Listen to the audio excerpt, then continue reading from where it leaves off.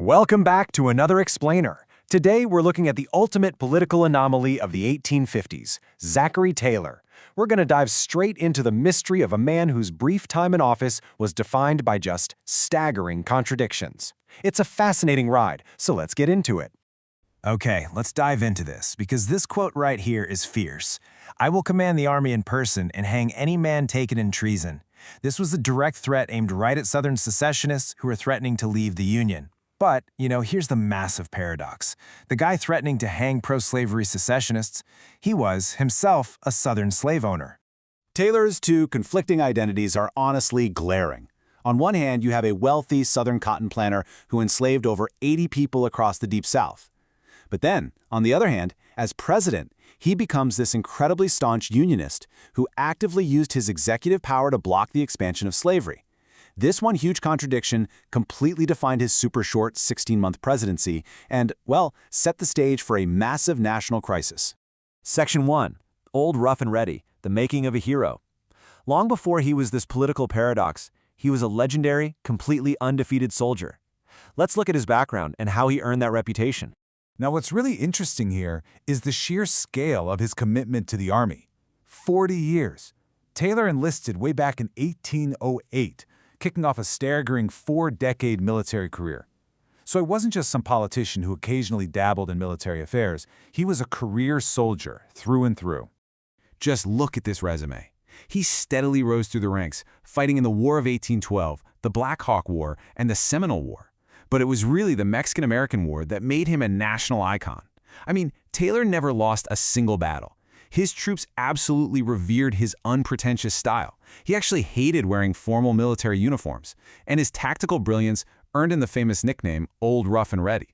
And this brilliantly illustrates exactly why he was so famous. Check out his underdog status here. At the 1847 Battle of Buena Vista, General Taylor was commanding just over 4,500 troops, and they were mostly volunteers. He's facing down Mexican General Santa Anna's massive force of over 15,000. Despite being heavily outnumbered, Taylor just flat-out refused to yield his defensive positions, pulling off this unbelievable underdog victory that made him a nationwide superstar. Section 2. The Reluctant Candidate. A bizarre entry into politics. Naturally, that massive military fame caught the attention of political operatives, specifically the Whig Party, who were looking ahead to the 1848 election. But Taylor's entry into politics was, well, bizarre, to put it mildly. Prior to running for president, he was a seasoned politician. Actually, scratch that. He'd literally never held elected office. He hadn't even voted in a national election before. His political stances were remarkably vague. When people pressed him on the issues, he just offered this quote: "I am a Whig, but not an ultra-Whig." He deliberately projected this casual, non-committal vibe, which totally worked in his favor because the public just saw him as a hero, not some partisan operative. In fact, his political reluctance led to one of the funniest anecdotes in presidential history. So when the Whig Party officially mailed him a letter offering the presidential nomination, it arrived marked postage due.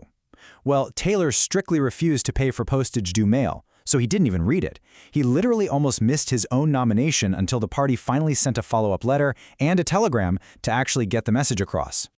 Despite his total lack of experience, the strategy worked beautifully. Taylor won the 1848 Electoral College 163 to 127 against Democrat Lewis Cass. He got a huge assist from the Free Soil Party, which pulled crucial votes away from Cass. Oh, and as a quick fun fact, this is actually the very first presidential election held simultaneously in every single state. Section 3. Crisis and the Union. The Standoff of 1850. The honeymoon phase definitely didn't last long. The moment Taylor took office, he walked straight into an intense, multifaceted national standoff that threatened to literally tear the country apart. This crisis had so many complex, moving parts. First, you've got the newly acquired Mexican cession territories causing absolute chaos. California's population is exploding from the gold rush. New Mexico is pushing for statehood. Texas is out here threatening military action over border disputes and debt. And of course, hovering above all of this was the fierce, deeply polarizing national debate over whether slavery would be allowed to expand into these new Western lands. So the crucial point is how Taylor responded, and man, it shocked everyone. Southern Whigs fully expected him to carefully negotiate territorial status to keep a strict balance between slave and free states. Instead, Taylor, the Southern slaveholder, remember, demanded that California and New Mexico be admitted immediately as states. Since neither territory wanted slavery, this meant adding 2 free states to the Union, completely bypassing the whole territorial slavery debate and absolutely infuriating the South. He was uncompromising. He firmly rejected Senator Henry Clay's attempts at a compromise. When Texas and other southern states threatened to secede or seize territory by force, Taylor firmly promised to personally lead the army against them and hang traitors. And he wasn't bluffing. He was entirely willing to use military force against secessionists, which, incredibly, would have included fighting against his former subordinate and own son-in-law, Jefferson Davis. No way, right? Section 4. A sudden end. Cherries, milk, and fate. Just as the nation is bracing for a potential armed conflict, the political gridlock gets suddenly broken by a bizarre medical tragedy, just 16 months into Taylor's presidency. Let's walk through how this builds, because the chronology of his final days is really strange. On July 4, 1850, the 65-year-old president is standing in sweltering heat at a Washington Monument ceremony. He goes back to the White House and cools off by snacking heavily on iced milk and cherries. He quickly falls severely ill with a stomach ailment and heat stroke. Just 5 days later, on July 9th, President Zachary Taylor is dead. Now, his death was so sudden, and the political climate was so incredibly toxic at the time that rumors actually persisted for over a century that he'd been assassinated, specifically poisoned by pro-slavery advocates. It wasn't until 1991 that his remains were finally exhumed. Medical experts ran a bunch of tests and definitively ruled out arsenic poisoning, confirming that old Rough and Ready had indeed succumbed to natural causes. But his death immediately altered the timeline of American history. His vice president, Millard Fillmore, assumes the presidency and completely reverses Taylor's course. Fillmore ends up supporting Henry Clay's deals, firing Taylor's entire cabinet, and quickly passing the Compromise of 1850. This compromise temporarily diffused attention, essentially delaying the American Civil War by 11 whole years. Which leaves us with this final, massive historical what-if. If Zachary Taylor had lived, what would have happened?